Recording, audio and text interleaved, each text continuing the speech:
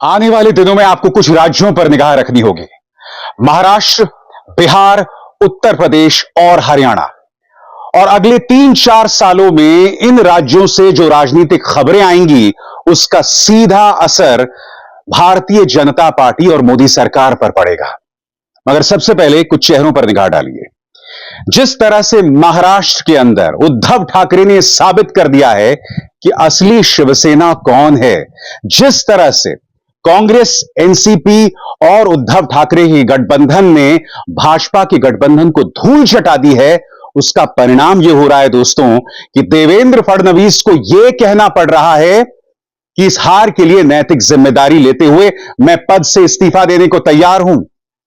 आदित्य ठाकरे अभी से ही कह रहे हैं कि अभी से ही हम जमीन की तरफ रुख कर रहे हैं। कहने को लोकसभा चुनाव खत्म हो गया है, मगर वो रुकने नहीं वाले हैं, क्योंकि एक ही साल के अंदर महाराष्ट्र के अंदर विधानसभा चुनाव हैं और अभी से ही एकनाथ शिंदे कैंप के अंदर सुगबुगाहट शुरू हो गई है। एक खबर आती है, जैसे ही लोकसभा चुनाव के नतीजे आते हैं तो एक खबर आती है, और वो खबर ये कि एकनाथ शिंदे ग्रुप से जो सांसद जीतकर आए हैं, उनमें से कई लोग उद्धव ठाकरे के संपर्क में आ जाते हैं। वो जानते हैं कि जनता की जो पूरी सहानुभूति है वो उद्धव ठाकरे के साथ है। दूसरी तरफ अगर एनसीपी की बात करें तो अजीत पवार का लगभग सूपड़ा साफ हो गया है।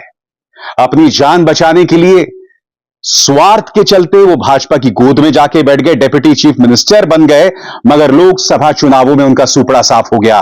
क्यों? क्योंकि जनता की सहानुभूति शरद पवार के साथ थी, सुप्रिया सुले के साथ थी। यहां पर भी जनता समझ गई है कि असली एनसीपी कौन है। यानी कि महाराष्ट्र में 3 चीजें हुई हैं दोस्तों। पहली बात, असली एनसीपी कौन है यह प्रमाणित हो गया है, शरद पवार के साथ सहानुभूति।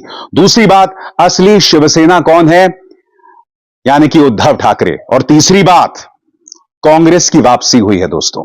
मैं आपको बतलाना चाहूंगा, जो नतीजे आए हैं महाराष्ट्र में वो अपने आप में बहुत कुछ कहते हैं।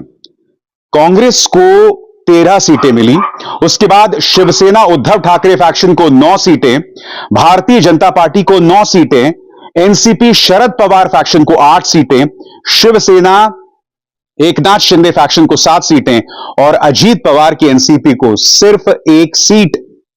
सिर्फ 1 सीट, जिससे पता चलता है कि महाराष्ट्र में अब असली शिवसेना कौन है, असली एनसीपी कौन है और आने वाला विधानसभा चुनाव कौन जीतने जा रहा है।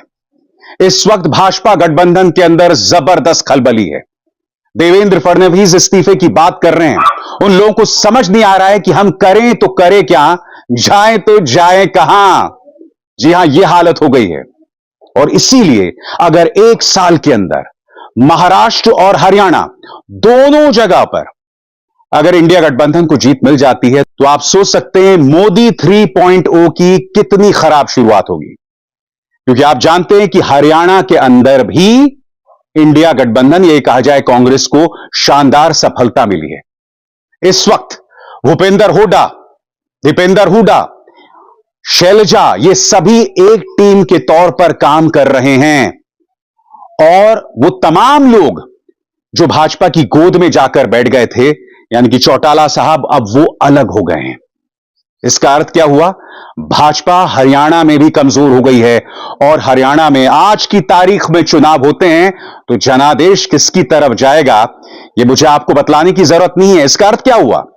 इसका अर्थ यह हुआ कि अगर महाराष्ट्र और हरियाणा के एक साथ चुनाव होते हैं और अगर इन दोनों जगहों पर, इन दोनों अहम राज्यों में अगर इंडिया गठबंधन, यह कहा जाए कांग्रेस गठबंधन को जीत मिलती है, तो आप सोच सकते हैं कि मोदी 3.0 की शुरुआत कैसे होगी। तो पहला झटका यहीं पर लगेगा, क्योंकि आप जानते हैं दोस्तों, भारतीय जनता पार्टी की जो राजनीति है ना, वो चुनावों में जीत पर निर्भर करती है। यानी कि भाजपा कोई चुनाव जीतती है, विधानसभा का चुनाव जीतती है, गोदी मीडिया में वही प्रधानमंत्री नरेंद्र मोदी का गुणगान शुरू हो जाता है कि ये प्रधानमंत्री का मास्टर स्ट्रोक है, मोदी जी जैसा कोई नहीं। मगर सोचिए, अगर पहले ही साल में वो अहम चुनाव हार जाते हैं तो उसका क्या असर होगा। और बुरी खबर उसके बाद और आने वाली है, क्योंकि फिर बिहार में चुनाव है, पश्चिम बंगाल में चुनाव है और आज से ठीक 3 साल बाद उत्तर प्रदेश में चुनाव है। बिहार और पश्चिम बंगाल की बात कुछ देर बाद करते हैं दोस्तों, मगर 3 साल बाद उत्तर प्रदेश में भी चुनाव है। अखिलेश यादव, जिन्होंने उत्तर प्रदेश के लोकसभा चुनावों में गठबंधन को 43 सीटें दिलवाई हैं, वो आत्मविश्वास से सराबोर हैं।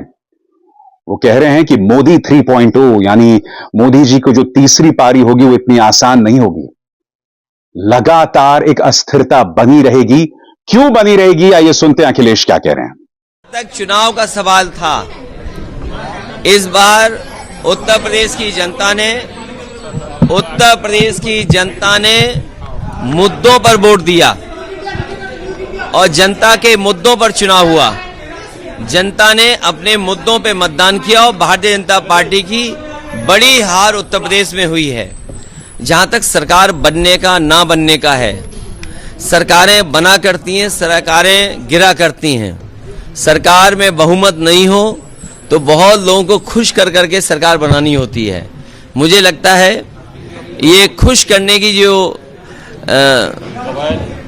कदम चल रहे हैं, खुश करने के लिए जो फैसले हो रहे हैं, और सब गिनती का सवाल होता है। सरकारें जब खुश करके बनाई जाती हैं तो कोई और खुश कर देगा तो उधर चले जाते हैं लोग।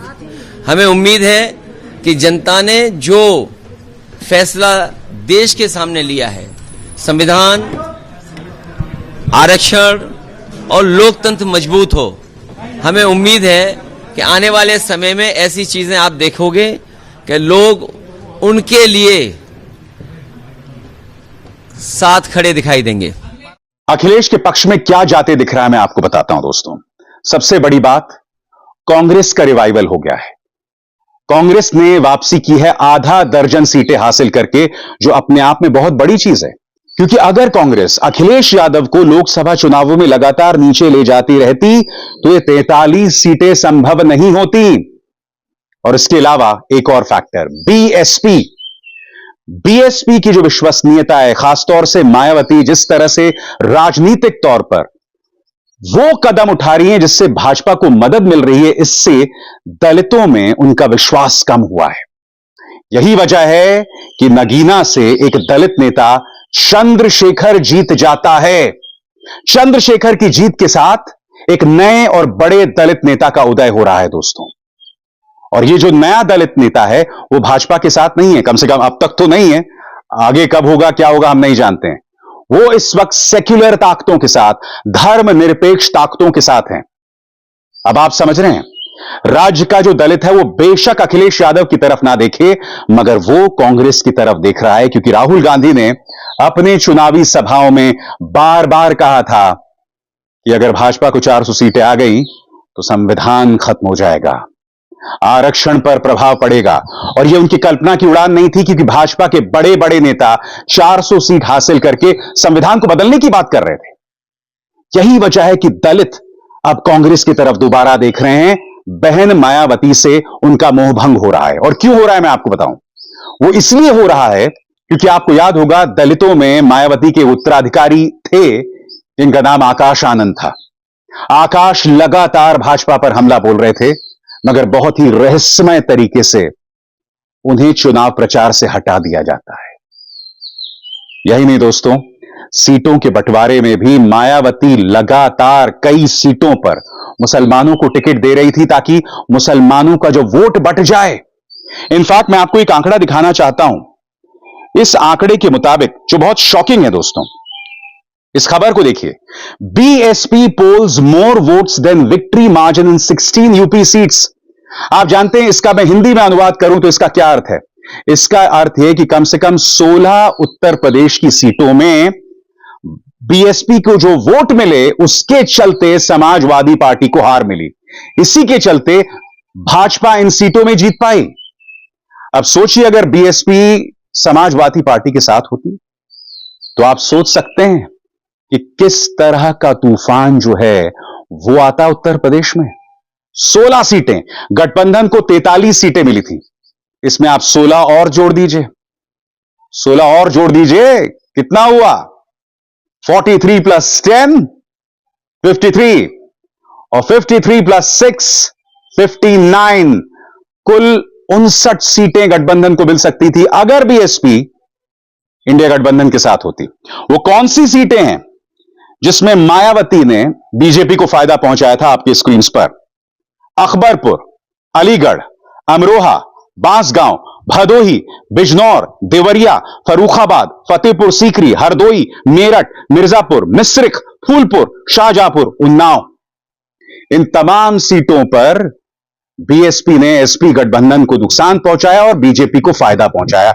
और यही विधानसभा चुनावों में 2022 के विधानसभा चुनावों में हुआ था। 100 से ज्यादा सीटें थी जहां समाजवादी पार्टी को बीएसपी की वजह से हार का सामना करना पड़ा था। जिस तरह से बीएसपी ने सीटों का बंटवारा किया, मगर अब बीएसपी का जो कोर वोट बैंक है वो इस पूरे तमाशे को देख रहा है। वो समझ रहा है कि दरअसल क्या खेला हो रहा है। यही वजह है कि इस बार बीएसपी को एक भी सीट नहीं मिली। यही वजह है कि बीएसपी का जो कोर वोटर है वो कांग्रेस और चंद्रशेखर की तरफ शिफ्ट हो रहा है। यह अपने आप में एक बहुत बड़ी खबर है और अखिलेश यादव को ताकत देता है। और कल्पना कीजिए दोस्तों कि महाराष्ट्र और हरियाणा में जीत के बाद 2027 में अगर अखिलेश यादव को उत्तर प्रदेश में जीत मिल जाती है, आप अंदाजा लगा सकते हैं पॉलिटिकल सोच किस तरह से बदल जाएगी। गोदी मीडिया से ना निगलते बनेगा ना उगलते। वो मोदी मोदी नहीं कर पाएंगे क्योंकि एक के बाद एक चुनाव हारते रहेंगे। मगर उत्तर प्रदेश के चुनावों से पहले 2 और चुनाव होंगे। बंगाल में इस वक्त आप ममता बनर्जी को छू नहीं सकते दोस्तों, क्योंकि लोकसभा चुनावों में भी आप जानते हैं 30 से ज्यादा सीटें टीएमसी जीतकर आई। वो बंगाल जहां पर प्रशांत किशोर से लेकर तमाम जो चाटुकार थे भाजपा के, या तमाम एग्जिट पोलस्टर्स कह रहे थे कि भाई भाजपा को सबसे ज्यादा सीटें मिलेंगी बंगाल में, मगर हुआ नहीं।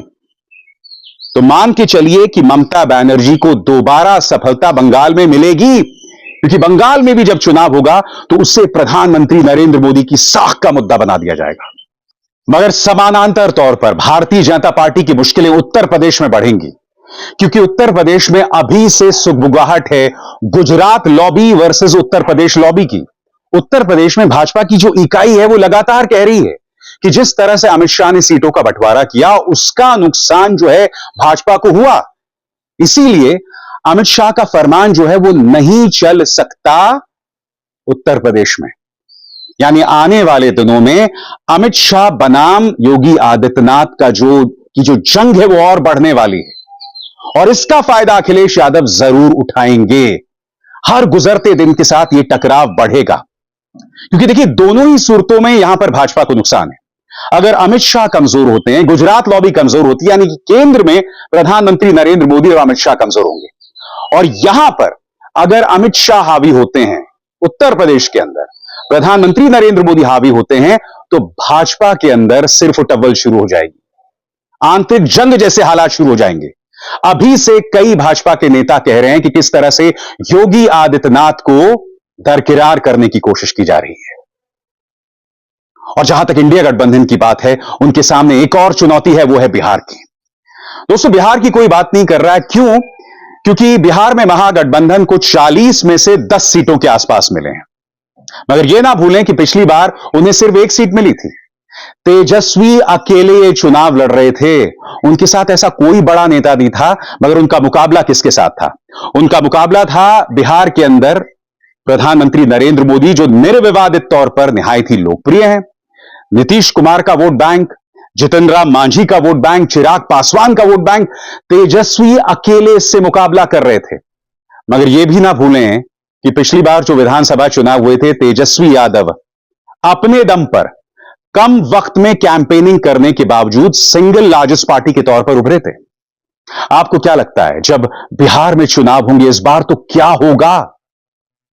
क्योंकि प्रशासनिक तौर पर नीतीश कुमार की विश्वसनीयता लगातार खत्म होती जा रही है, और क्योंकि उनकी विश्वसनीयता खत्म हो रही है दोस्तों, जाहिर सी बात है लोग अब तेजस्वी की तरफ देख रहे हैं। क्यों? क्योंकि तेजस्वी मुद्दों की बात कर रहे हैं।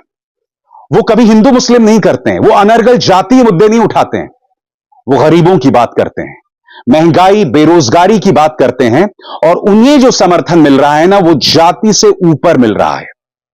इसलिए जब बिहार में विधानसभा चुनाव होंगे तो यकीनन महागठबंधन को बढ़त मिल सकती है। अब आप इन तमाम चीजों को जोड़िए, महाराष्ट्र, हरियाणा, बंगाल, बिहार, उत्तर प्रदेश। अगर इन तमाम राज्यों में इंडिया गठबंधन को सफलता मिलती है तो आप सोच सकते हैं क्या होगा, माहौल क्या होगा। और मैं ये भी जानता हूं, ये बहुत बड़ा अगर है, क्योंकि हम नहीं जानते हैं राजनीति में क्या होगा। हम नहीं जानते, हो सकता है प्रधानमंत्री एक ऐसा मास्टर स्ट्रोक उठाएं कि ये तमाम चुनाव जीत जाएं। और हां, मैं दिल्ली भूल गया हूं जिनके मुख्यमंत्री इस वक्त जेल में हैं, झारखंड को भी भूल गया हूं जिनके मुख्यमंत्री इस वक्त जेल में हैं। वहां पर जनता कैसे वोट करेगी यह भी हमें देखना पड़ेगा। क्या सहानुभूति उन्हें मिलेगी? कम से कम लोकसभा चुनावों में यह प्रमाण खुलकर सामने उभर कर नहीं आए हैं, क्योंकि आप जानते हैं दिल्ली के अंदर सातों की सातों सीटें चली गई हैं भाजपा को। मगर यह तो पिछली बार भी हुआ था ना, और यह बार बार साबित हुआ है कि दिल्ली की जनता विधानसभा चुनावों में कुछ और लोकसभा चुनावों में किसी और ढंग पर वोट करती है। मगर अगर दिल्ली में अपनी सफलता को केजरीवाल या आम आदमी पार्टी दोहरा पाती है तो उसका असर भी राजनीति पर यकीनन पड़ेगा। और अगर एक के बाद एक चुनाव हारते गए प्रधानमंत्री या भाजपा, तो आप सोच सकते हैं इसका असर आज से 5 सालों बाद होने वाले चुनावों पर क्या पड़ेगा। क्या इसका अर्थ यह है कि कांग्रेस की राह आसान है? बिल्कुल नहीं है दोस्तों। कांग्रेस के सामने जो सबसे अहम सवाल है वो क्या है, मैं आपको बताता हूं।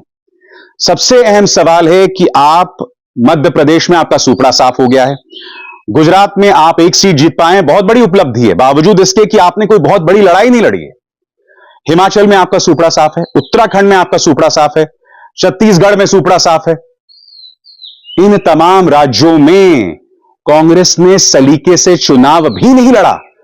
मैं ये समझ नहीं पा रहा हूं कि छत्तीसगढ़ में आपके पास भूपेश बघेल जैसा नेता है, फिर भी वहां इतनी दयनीय हालत।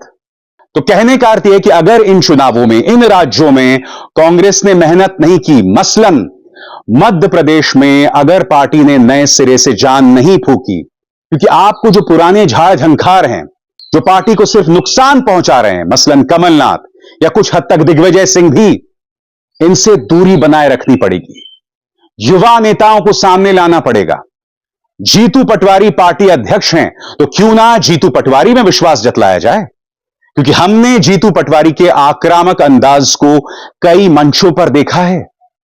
क्यों ना वो चेहरा बन जाए, क्योंकि वो खाटी मध्य प्रदेशी हैं। तो कहने का अर्थ यह है कि बेशक महाराष्ट्र, बिहार, उत्तर प्रदेश में कांग्रेस का जो गठबंधन है उससे सफलता मिल सकती है, मगर जिन राज्यों में आपका सीधा मुकाबला भाजपा के साथ है वहां पर भी आपको मेहनत करनी पड़ेगी।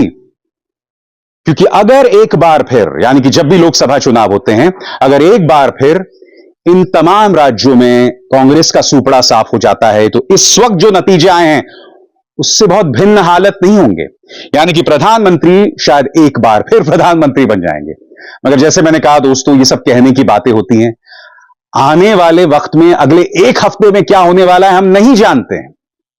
तो कांग्रेस के सामने यह भी चुनौती है। इंडिया गठबंधन के पक्ष में एक और चीज है, और वो है उनके नेता। इन चेहरों पर गौर कीजिए। राहुल गांधी, अखिलेश यादव, तेजस्वी यादव, प्रियंका गांधी वाड्रा, अरविंद केजरीवाल। ये तमाम राजनेता तो हैं ही, मगर इन सब में एक और समानता है दोस्तों। बतौर इंसान, बतौर पारिवारिक व्यक्ति, इनकी जो जड़ें हैं वो बहुत मजबूत हैं। आपको याद होगा जब केजरीवाल जेल जा रहे थे तो किस तरह से वो अपने बेटे से गले मिले थे। जब केजरीवाल जेल में थे तब उनकी पत्नी सुनीता केजरीवाल ने उनके पक्ष में प्रचार किया। इन तमाम मुद्दों का असर जनता के जहन पर पड़ता है। और जहां तक राहुल गांधी की बात है, आप देख सकते हैं अपनी बहन प्रियंका गांधी के साथ उनका यह प्यार, उनकी ये तस्वीर। खैर, भाजपा तो इसके बारे में भी अश्लील बातें करती है। आपने देखा होगा कि राहुल गांधी किस तरह से सोनिया गांधी को लेकर अपने प्यार को जतलाते हैं। आपने अखिलेश यादव और डिंपल यादव की लव स्टोरी को भी देखा होगा। आपने तेजस्वी को भी देखा होगा, किस तरह का बॉन्ड, किस तरह का रिश्ता उनके पिता के साथ उनका है। कहने को पारिवारिक राजनीति पर भाजपा इन तमाम नेताओं पर हमला करती है, मगर जनता यह भी देख रही है कि ये लोग सब पारिवारिक नतीजे का परिणाम है, मगर ये लोग पारिवारिक संवेदनाओं में रचे बसे हुए हैं। इनकी पारिवारिक जड़ें बहुत मजबूत हैं। और सच तो यह है दोस्तों कि भाजपा के पास तो परिवारवाद पर कहने का अधिकार भी नहीं रह गया है। डायनेस्टिकल पॉलिटिक्स पे कहने का अधिकार भी नहीं रह गया है। क्या प्रधानमंत्री भूल गए हैं कि अमित शाह के बेटे को किस तरह से बीसीसीआई का सचिव बना दिया गया? क्या प्रधानमंत्री भूल गए हैं कि राजनाथ सिंह का बेटा राजनीति में है? क्या प्रधानमंत्री भूल गए हैं कि अनुराग ठाकुर किसके बेटे हैं? क्या प्रधानमंत्री भूल गए हैं कि कांग्रेस के जिन नेताओं में उन्होंने विश्वास जताया, चाहे वो ज्योतिरादित्य सिंधिया हो, चाहे वो आरपीएन सिंह हो, चाहे वो जितिन प्रसादा हो, चाहे वो मिलिंद देवड़ा हो, ये सब पारिवारिक राजनीति का परिणाम है। तो परिवारवाद पर हमला करने का तो अधिकार रह ही नहीं गया है भाजपा के पास। ये एक और चुनौती है। इंडिया गठबंधन का एक मानवीय चेहरा, एक पारिवारिक चेहरा है जो हर गुजरते दिन के साथ मजबूत होता जाएगा, और भाजपा के पास इसका कोई जवाब नहीं है। क्योंकि हमें नहीं भूलना चाहिए, जब प्रधानमंत्री की मां जिंदा थी तो वो उनसे जब भी मिलने जाते थे तो कैमरे के सामने मुलाकात करते थे। और इस बार जब वो वापस आ भी रहे हैं तो आपको याद होगा कि उन्होंने भाजपा में अपने संबोधन में कहा था कि यह पहला चुनाव है जो अपनी मां के बगैर में लड़ा। यानी कि उन्होंने अपने मां से उनके रिश्ते का जिक्र किया, जो बहुत अच्छी बात है, कोई बात नहीं है। मगर प्रधानमंत्री के पास भी यह नैतिक अधिकार नहीं रह जाता कि वो परिवारवाद के मुद्दे पर विपक्ष पर हमला करें। तो ये तमाम मुद्दे हैं दोस्तों जिससे आने वाला वक्त, आने वाला समय बहुत दिलचस्प हो जाता है। आने वाली राजनीति बहुत पेचीदा हो चली है और प्रधानमंत्री नरेंद्र मोदी और अमित शाह के माथे पर शिकन लगातार बढ़ती जा रही है। अभिसार शर्मा को दीजिए इजाजत। नमस्कार। स्वतंत्र और आजाद पत्रकारिता का समर्थन कीजिए, सच में मेरा साथी बनिए। बहुत आसान है दोस्तों, इस ज्वाइन बटन को दबाइए और आपके सामने आएंगे ये 3 विकल्प, इनमें से एक चुनिए और सच के इस सफर में मेरा साथी बनिए।